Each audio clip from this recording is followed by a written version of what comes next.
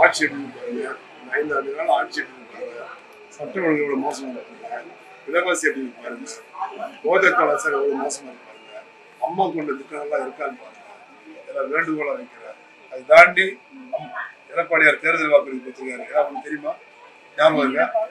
ஒண்ணு ஞாபகம் இருக்கானே, ஒரு குடும்பத்துக்கு ஒரு ஃப்ரிட்ஜ் தள்ளிக்காரு, ஒரு குடும்பத்துக்கு 10,000 தள்ளிக்காரு, குடும்ப தலைவிக்கு 2,000 தள்ளிக்காரு, முதியோர்களுக்கு 2,000 தள்ளிக்காரு.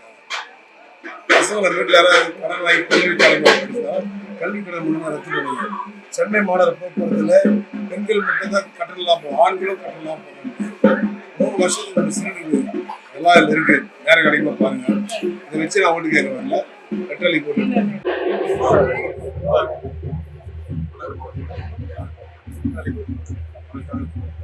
ஆட்சி பண்ணுறது ஆட்சியில்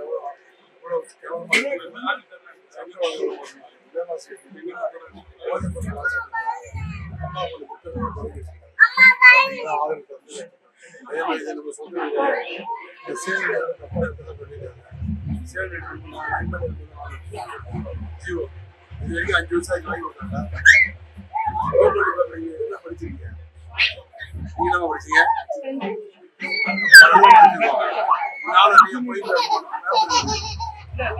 பாருங்க, எம்எல்ஏ இருக்கு கடைசி காலம்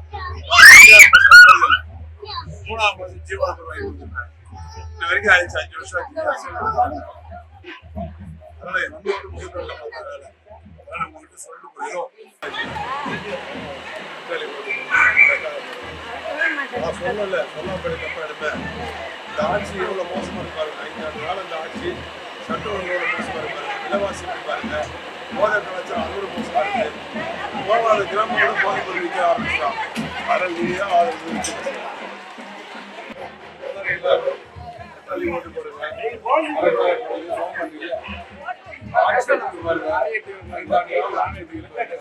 சட்ட ஒழுங்கு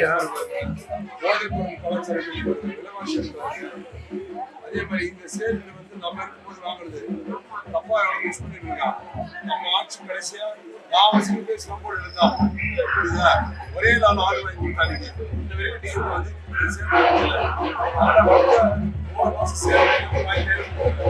சரியா